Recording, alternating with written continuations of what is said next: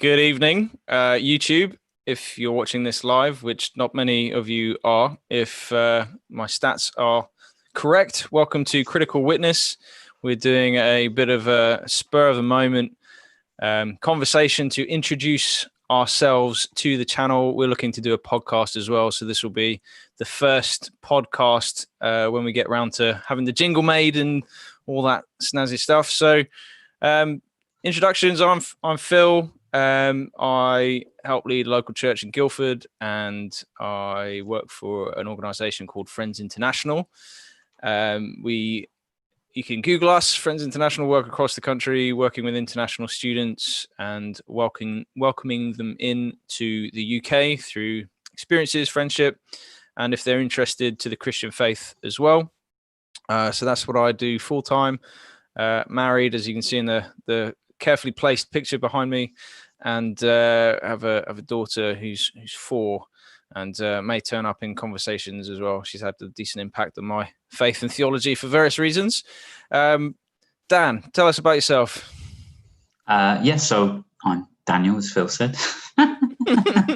Go on. And I'm academic and healthcare professional, and I also sort of write articles on things related to sort of bioethics, stuff to do with abortion, artificial womb technology, general sort of ethics and things. And just I don't know, my job gives me a bit of, well, not my job necessarily, but I like spending my evenings sort of writing about stuff that interests me, and doing this with you now, Phil, as well.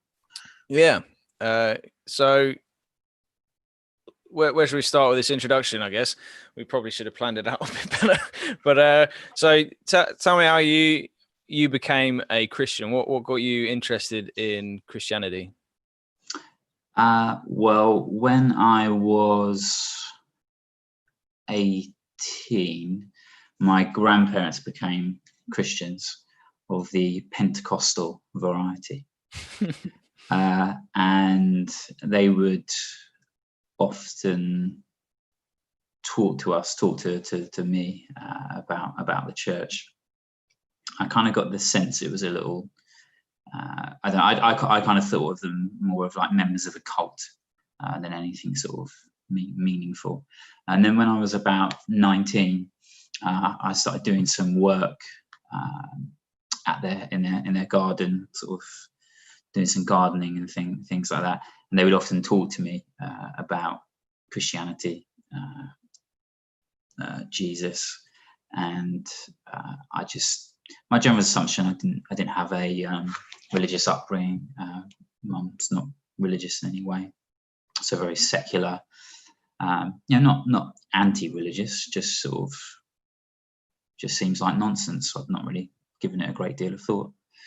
So they'd often talk to me about Christianity, and I kind of got to the point where I would respond to their sort of questions and things like that, but I wouldn't say I had a kind of informed view about it, because I'd never spent any time, not just Christianity, I'd never spent, other than RE at school, thinking about religion in any way at all. It never really crossed my mind. What was RE in school like? Do you we just used it to mess around. I don't remember anything. I don't know. I'm sure the classes were great. My teacher was great, but I didn't even leave school with 5 ATC GCSEs, so I didn't really take school that seriously.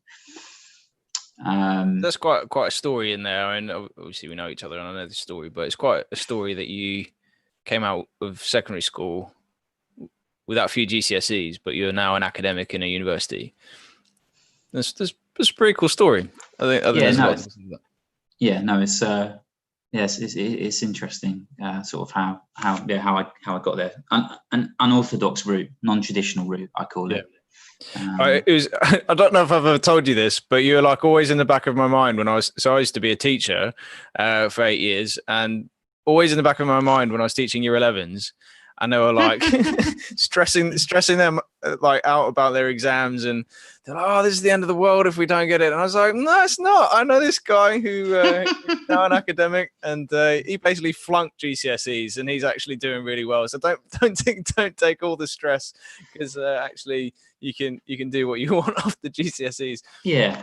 I was using you as a case study. I don't know if I ever told you that. Yeah, no, I like that. Yeah, no, I'm definitely a yeah. I mean, you know, there's so many accidents, providence, whatever you want to sort of call it. It's not. It's a, you know, I'm fully aware that I'm an outlier. You know, people don't usually, you know, people from my background with, you know, four A to C GCSEs, not including English, getting expelled from A levels, and is not a good start to you know, wanting to kind of flourish as an adult. So yeah, it's possible, but yeah, not recommended. It's not the recommended. No, it's definitely not the recommended route. And considering performance reviews, I preferred that they didn't go that route as well.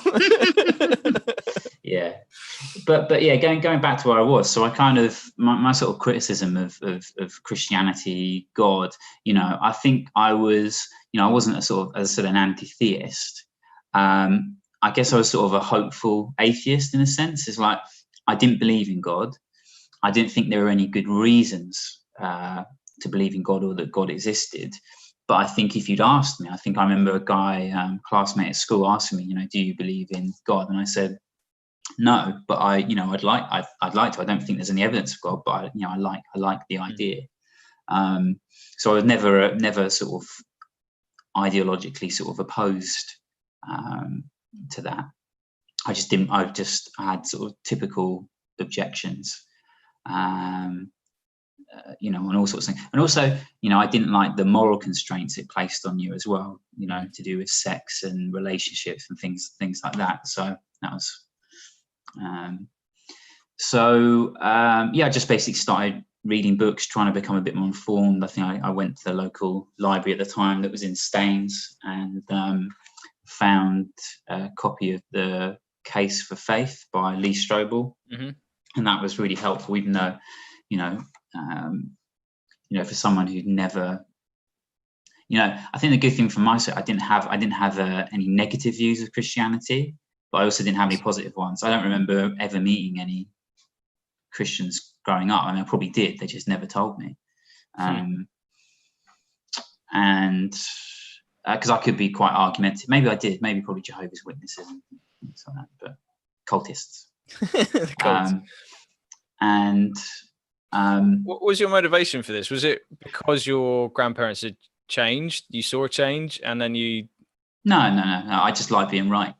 Oh, right, okay, and they were wrong. So, well, my assumption is that I would read books and realise what a load of rubbish it was. Yeah. And sort of the more I read, I think the good thing about, you know, it's pretty lucky the first Christian book you find with no help, completely by accident, is The Case for Faith, which, even though there may be criticism of that book, the people that it led me to, you know, William Lane Craig's, J.P. Moreland, I think, Gary Habermas, you know, like those types of people, just meant that the first stuff I was reading was actually, you know, kind of making a plausible case for Christianity and for God more generally. So it is very much a gateway book. Case for Christ, case for And it was, as I said, I had no sort of axe to grind. I was kind of like, well, I kind of think it's nonsense, but I was at least sort of principled enough that, you know, if I was wrong, fine, okay, we'll see where that goes. But yeah, it was kind of unusual as well for grandparents to have such an influence on a teenager, really.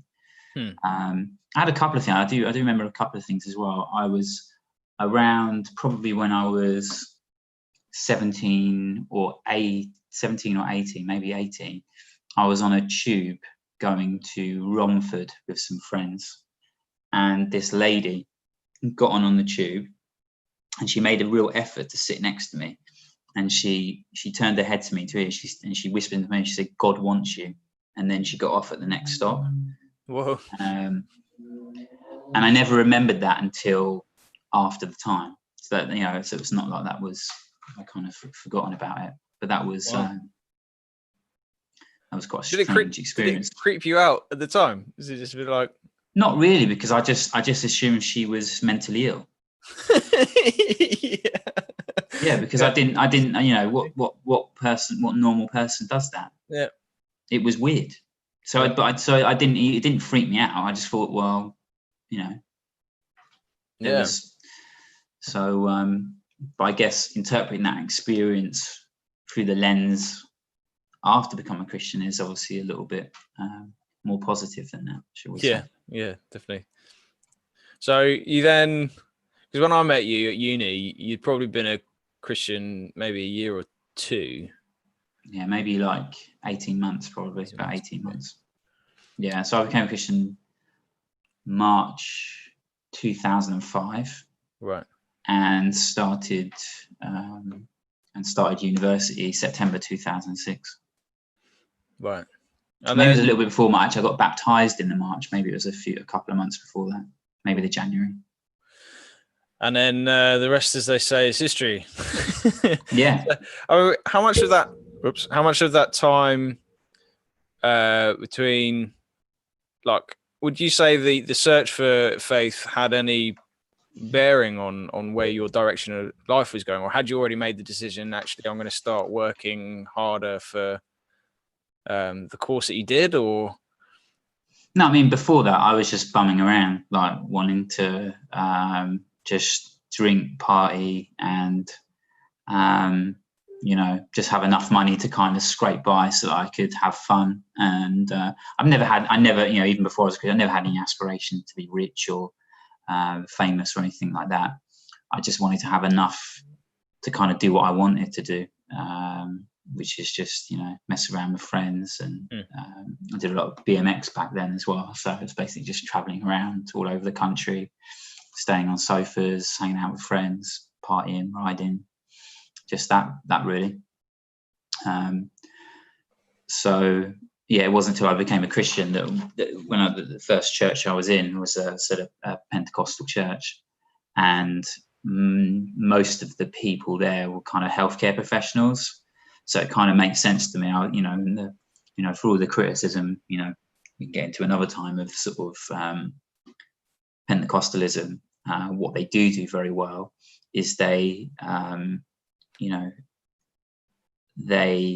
highlight the importance of kind of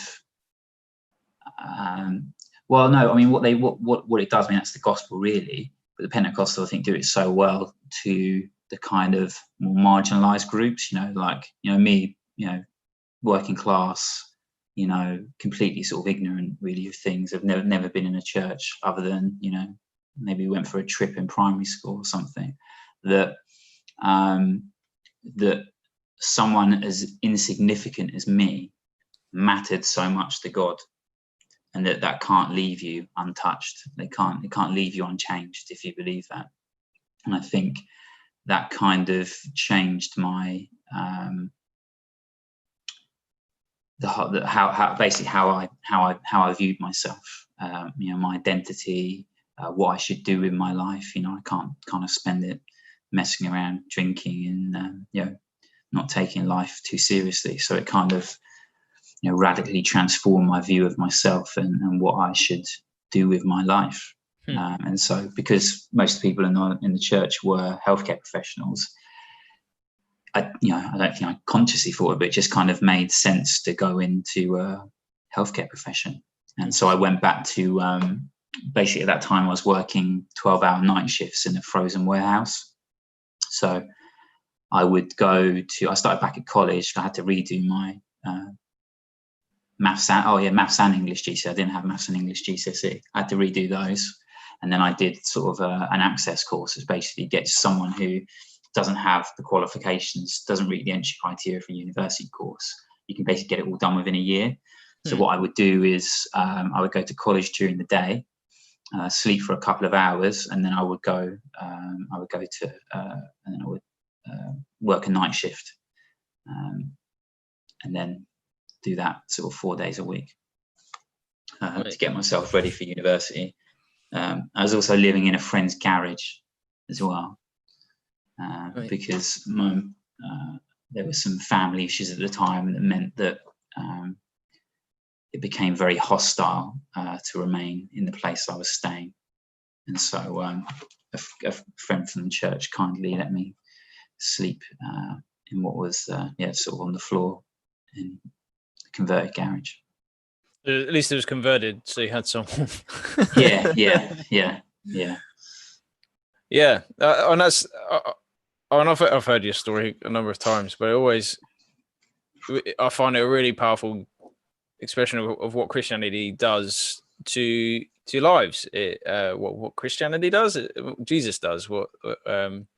When you meet Jesus in a very powerful way, it does transform how you live, how you view life, what kind of priorities you have, and as we've talked in other conversations, it reorders your loves, and I think that is a really cool thing, because it had a very powerful impact on me. So I don't know how much I've told you, but you've probably heard it in other areas. But at the time I met you, I grew up in a Christian family and kind of knew it all. But as for how it impacted my life, it wasn't really.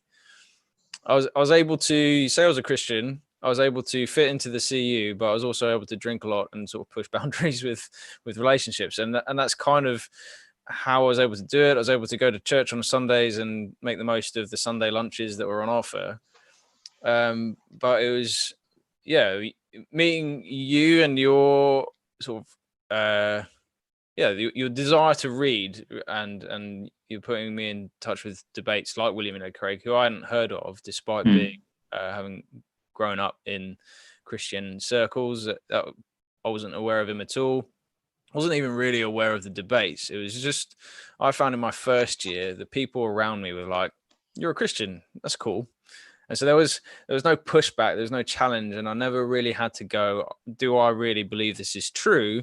It was more like, yeah, everyone thinks it's cool, and unfortunately, some of the Christians I'd met in youth groups and things, not all of them, some of them were really on form, but there wasn't.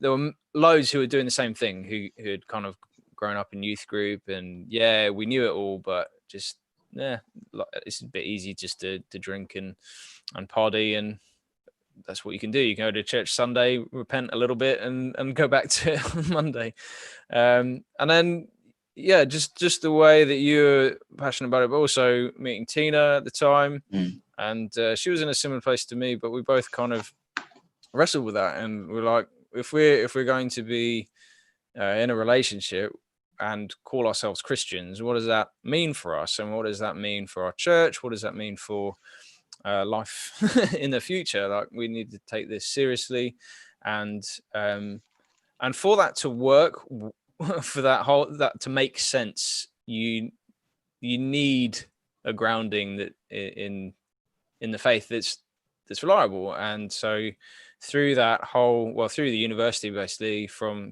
I remember it's probably the decision became really firm when I changed to the same church as Tina, which is where I'm at currently. And it was around that time where I was like, I do believe this is true, I need to figure out why it's true, and I need to see how that then impacts my life.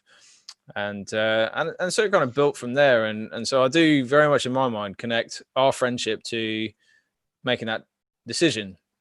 And as we both know, we enjoy reading. Again, I didn't really read that much, even through uni, but it was that constant challenge from you. Can't read this. This is a good book, and it's just kind of. I'm way behind you now, but I'm gradually getting there. And that desire to read and learn and hear from God through what He's saying in His Word as well. And going to the same church for that period of time, and being really close friends with you and Mel, and seeing your family grows. We always meet, and they're always talking theology, always talking apologetics, what's going on in the world around us, big topics, abortion, you name it. We talk about it, and I guess with this channel podcast, probably been on the potential we could probably do this. I I don't know, for a good few months before we'd actually done the first. Yeah, I think lockdown kind of forced us into it. Thinking, well, if he asked me to do something, I can't say I'm going out. For both of us, I wasn't saying I was trying to escape. I was saying for both of us, it's like, what are you doing in the evening? Not too much. Let's talk. Let's film it and see what happens. No, it's good. I'm really excited about the. I just like chatting to people. I mean, as you know, like I love listening to podcasts, and I like sort of the long form podcasts as well. Just listening to people chat, like interesting people chat. So for me, it just gives us an opportunity to find really interesting people, whether they're Christians or not. I know we'll probably exhaust all of our sort of contacts for sort of Christians and stuff, relatively quickly. But maybe. We'll see. We'll keep going. Start circling through it. Well, that's why we keep asking for people at the end of any podcast. Is like, who are people that we don't know that we should, and they're the kinds of people we try and identify to kind of carry on these conversations with. But it's just, I think it's interesting to like Christian long form discussion. I think is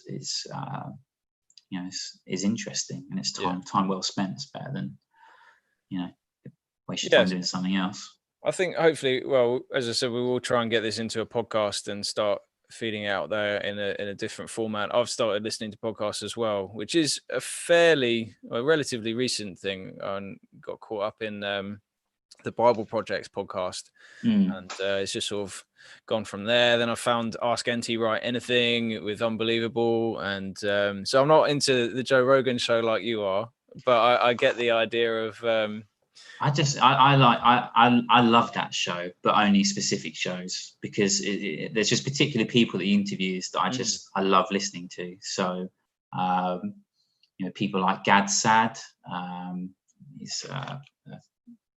is he evolutionary by either a psychologist or evolutionary biologist? I have to look him up. He's really interesting. He's got a book coming out. I think it comes out in the UK in September. He's a really interesting guy, and especially on sort of evolution. Like crazy people like David Goggins, like former Marine, who runs like 100-mile runs like multiple days in a row.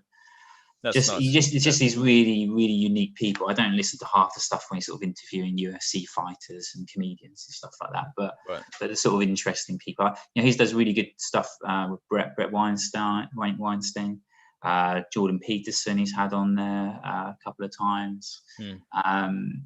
Loads of people, just really interesting people, and because it goes on for like 3 hours. He's had Malcolm Gladwell, I think he's had on there. He's had. Has he? I've got to look that one up. I love Malcolm Gladwell. I've just listened to his fifth season of his podcast came out last week. Revisionist History. I love listening to that. It's probably my favorite podcast.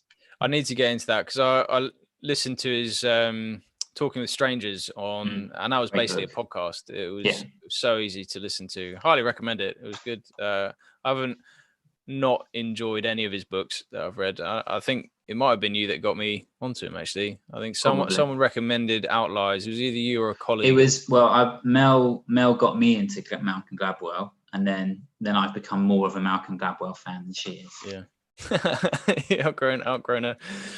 The thing about Talking to Strangers is that's even more pertinent now than it was when it came out, for the stuff for its discussion of the Sandra Bland case and things like that. So that's a really interesting book to read, I think, before we jump to conclusions. I think there's so much more in the background behind any story, and that's not to justify any disqualify any sort of initial intuitions about certain things, but there's always interesting more. I think I'd read Blink a little while ago, and then having that in the background to when I listened to Talking with Strangers it's quite interesting. There's quite a lot of overlap in the snap judgments, but also how we find ways to communicate past that. Yeah, I think that like the notion of like default to truth he talks about, unless we've got overwhelming evidence to the contrary, we just tend to assume people are telling the truth.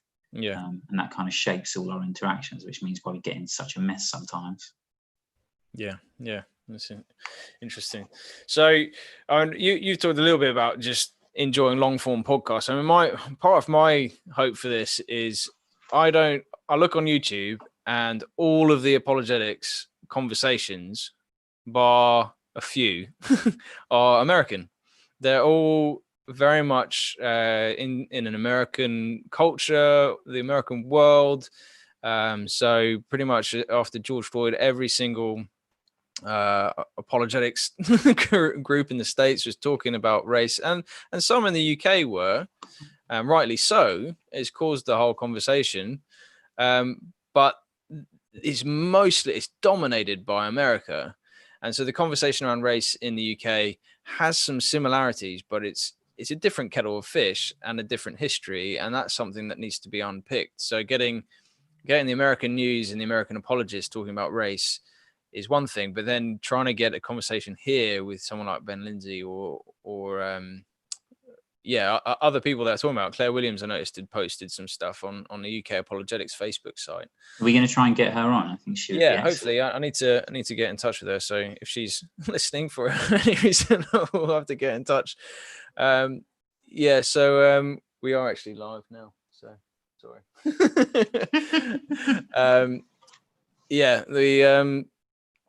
Just having the conversation about apologetics, how it applies to the UK, having people like Glenn Scrivener, Andy Bannister, who and large portion of people having that conversation in the UK, because I think it is quite a unique and more secular environment that we are in the UK. I mean, I would probably label America secular, but it's a Christian secular in a really odd way that most people will be able to quote the Bible at you because they read everything.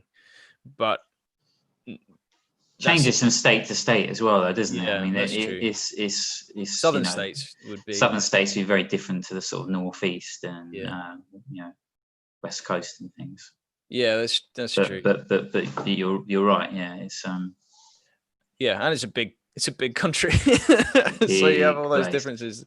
So just I have a real desire for that conversation in the UK, how we talk about it, because I'm also aware that UK evangelicalism, the US evangelicalism, is trickling into the UK, and that's a brand of Christianity that I'm highly wary of. And I'd like to start talking about how we talk about the gospel in the UK in the environment we're in, without bringing the filters that come from Americanisms and American Christianity. Not saying it's all bad. There's lots of people I have a lot of time for in the States, like Tim Keller, and some of the Gospel Coalition stuff's helpful. But ultimately, even the Gospel Coalition, that's very much applied to an American church.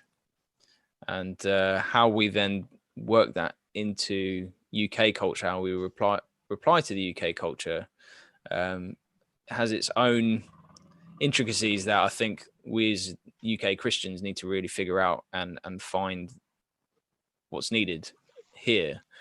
So that's my kind of heart behind what we're doing, what we're talking about, and also I think it's much easier to hear someone tell me what they've written about rather than having to read their book. So hopefully I can have a few people where I can just listen to them talking about what they've studied, what they've what they're writing. So when Andy Bannister's book comes out on Islam, get him on. That'll be a great one to chat to about. Tell me about what he's written about rather than me have to read his book. Oh, hopefully a bit of both.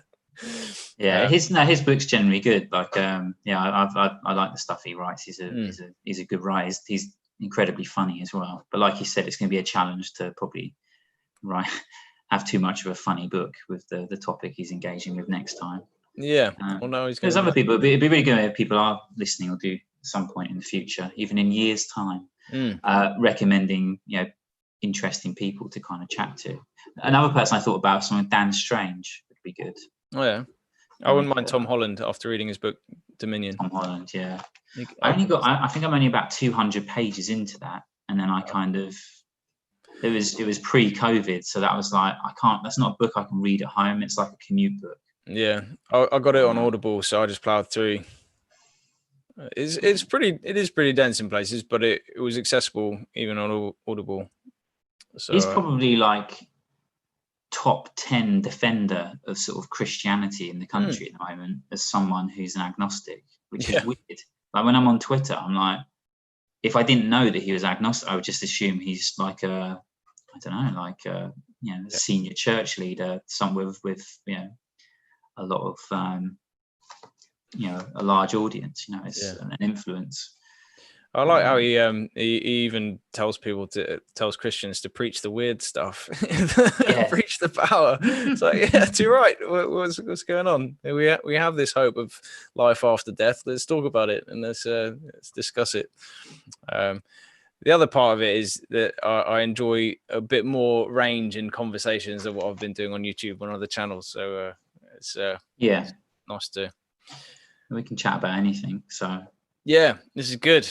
So we have 0 people on watching. I think maybe 1 viewer, and I think that's me. But we've gone for 30 minutes. I think that is a good enough introduction to our lives and why we're Christians. Before we go, you talked about case for faith. Two questions. What is the strongest?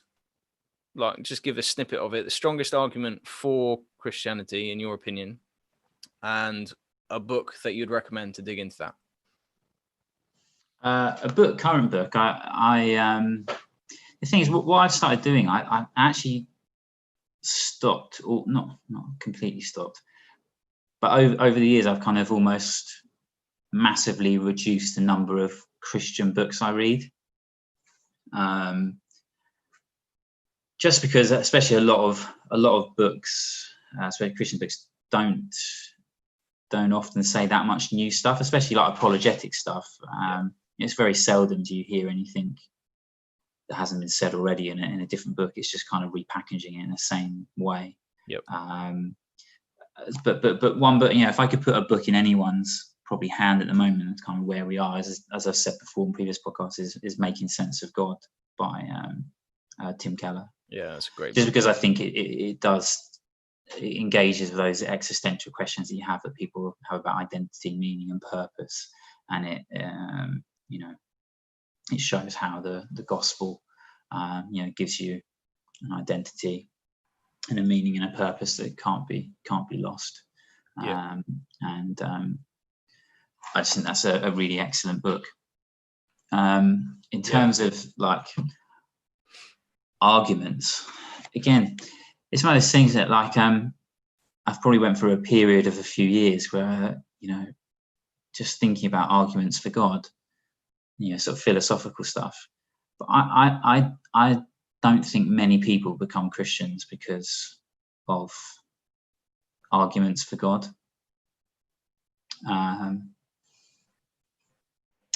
I mean, part of the problem of that, isn't it? I don't want to get into it now. Is that it's almost a bit like pelagianism. I can't even. I'm too tired to say it. Yeah, we're at the end of the evening.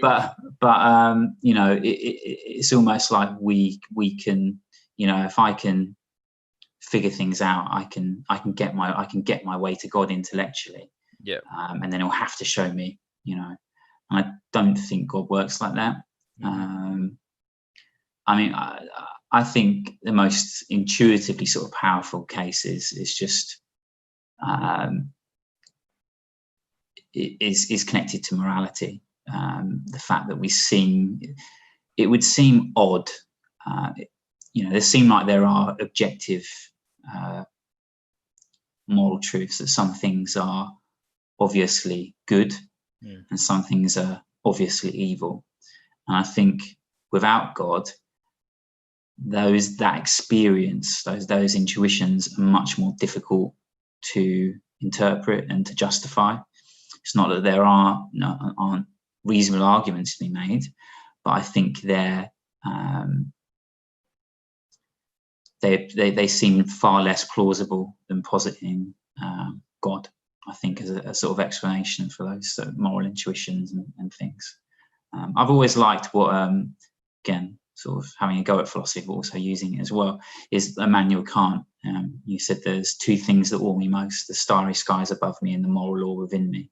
And I've always thought that's powerful, is that, you know, we look out So, part of that is looking out, and we look into the world, the universe, we see order of creation, but then we also look inside, sort of moral sense and faculty that we have. So that's why I quite like that, looking outwards, but looking inwards. And I think that both of those things are best explained by God. And obviously that only gets you to theism. And then I think you'd be looking at the sort of case for the resurrection. And I think reading the Bible is important for people who are exploring these things, because God definitely used the Bible to, in part of my journey. It's not just like reading apologetics books. It was reading the Bible. I started to believe what Jesus was saying, and you can't necessarily do that from reading an apologetics book or necessarily. So I think reading the Bible is incredibly important. Yeah, and was used very clearly my sort of conversion. I think that's really, really important. And I think looking back, the apologetics that I engaged with was more for someone who'd grown up in Christianity and was questioning things.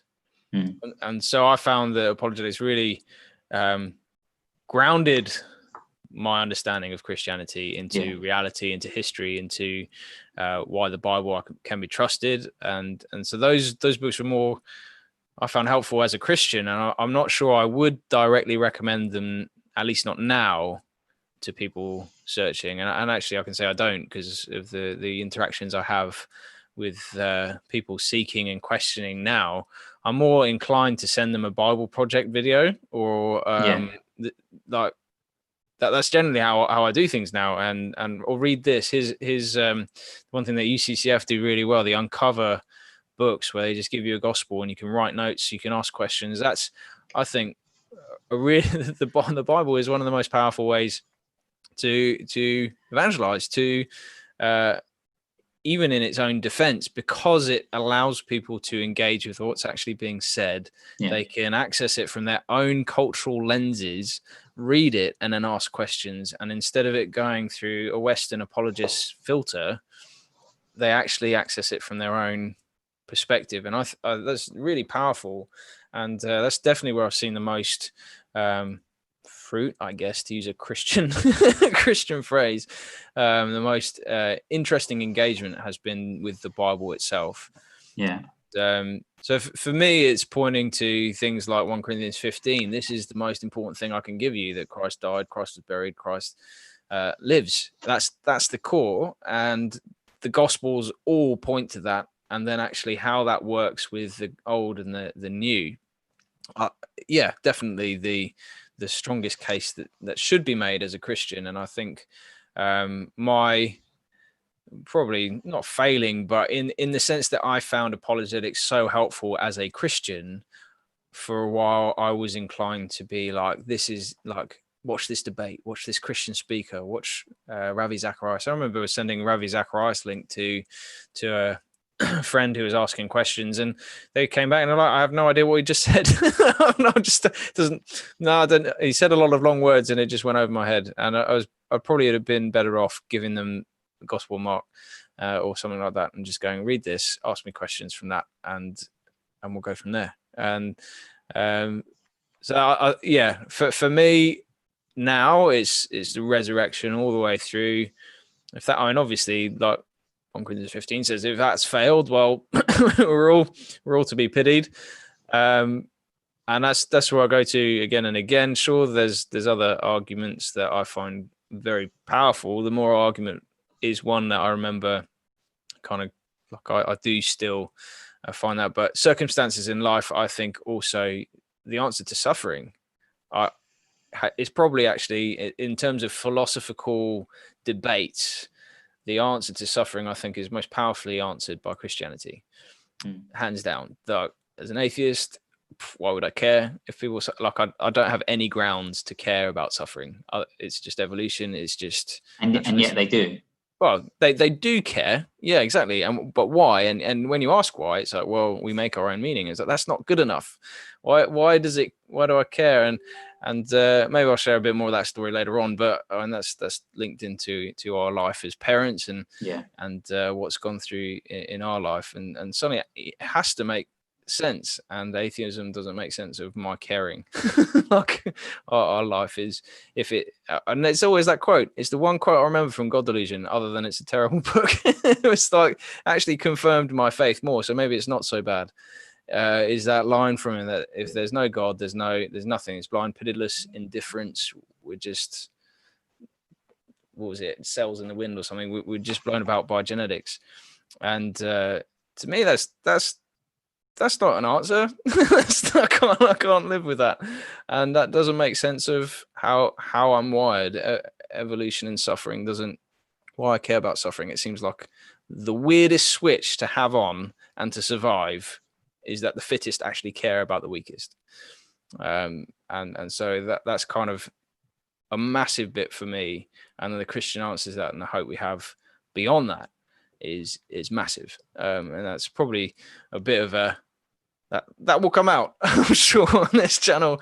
But that's partly why I'm also a bit of a fanboy for N.T. Wright at the moment. So I'd probably recommend like books like Surprised by Hope. I haven't actually read Surprised by Hope all the way through, but I've engaged with N.T. Wright stuff for a little while on his Ask N.T. Wright, and what I'm hearing is like, yeah, I can get that. I can get that. This new creation hope that we have. So that's, if anyone's wanting to know about the resurrection, N.T. Wright's book is I'm seeing things on Twitter. That's probably one of the best books on it. It's quite a doozy, I think. It's a significant. It's gigantic. The resurrection of the Son of God. Yeah. It's not something I would. Read Surprised by Hope. Yeah, it's probably a bit more accessible. But if you want to go about disproving the resurrection, you've got that to contend with. That's. I haven't got it in my bookcase. It wouldn't probably fit. I need a whole new bookcase for that one. Cool. Yeah. Right. I was going to say, no, it's funny when you're mentioning about the Bible, is that I think I've fallen into that trap. Is the temptation if someone's got a question is to give them a book rather than saying, hey, here's a book in the Bible, why don't you read that? And then if you have any more questions, then we can kind of reflect on that. I think that the temptation with apologetics is it rarely begins with the Bible. Mm-hmm. It's often like, right, let me try and it's not to say I'm not like I really do, as someone who helps, thinks a lot about that. I do value apologetics. Yeah, not apologetics for its own sake. I think definitely. So it is incredibly valuable. Mm-hmm. But I think sometimes the tendency can be to provide. I'm not saying if someone has a question, why is there evil? Actually, you have to try and give an answer. But it could be have an answer and then, okay, why don't you read why don't you read this chapter in the mm-hmm. one of the Gospels or something as well? And then it's here's a sort of philosophical, theological answer to suffering. Here's the Gospel. Let's see what you think about it after that. Yeah, man. It's good stuff. So that's why we're doing the podcast. That's what we think. That's some resources. Do subscribe, comment, share if you find this helpful. Give us some feedback. Otherwise, it's just me and you nattering to ourselves. Other people. The good thing is even if 0 people listen and 0 people subscribe from this point onwards, I'll still be having fun. Me too. Yeah, loving it. And I'm really looking forward to Sundays with Neil Shenvi. Yeah, I'm looking forward to that. Yeah, I'm really worried I'm going to say his name wrong. I keep typing it wrong, so it's gone in my head all definitely up. Shenvi. Yeah, I think that'll be an interesting one, because I think we're both a blend of agreement and criticism mm-hmm. that he might not have maybe engaged with yet. Yeah, I think so. I've watched a bit of his stuff, but not enough that I'm really wanting to be able to ask clarifying questions. But I've watched enough to get the general gist of of where he's at. So it'll be interesting. I'm going to try and watch a bit more before Sunday. I'm not watching anything. I'm going in cold. You're going cold. Yeah. Cool. As long as you've got some questions prepped. But, Yeah. Cool. Right. Well, we'll end this off and look out for podcasts in future. We've got someone doing the jingle. And if just on the off chance you had listened all the way through, we have actually set up a Patreon account, which is linked at the bottom. That will go towards us getting some speakers on who actually can't afford just to spend 2 hours sitting about nattering, but actually would go towards their ministry so they can come on to this channel. Also, kit and stuff to improve. If you want this to improve, we're going to do it anyway. But if you want this to improve, there's a Patreon account to do. Any donation will go towards that sort of stuff, and we appreciate you. We appreciate that you're listening in, and we'll finish up on that. So thanks for listening. Cheers, Dan. Always a pleasure. I'll end the stream. Good night.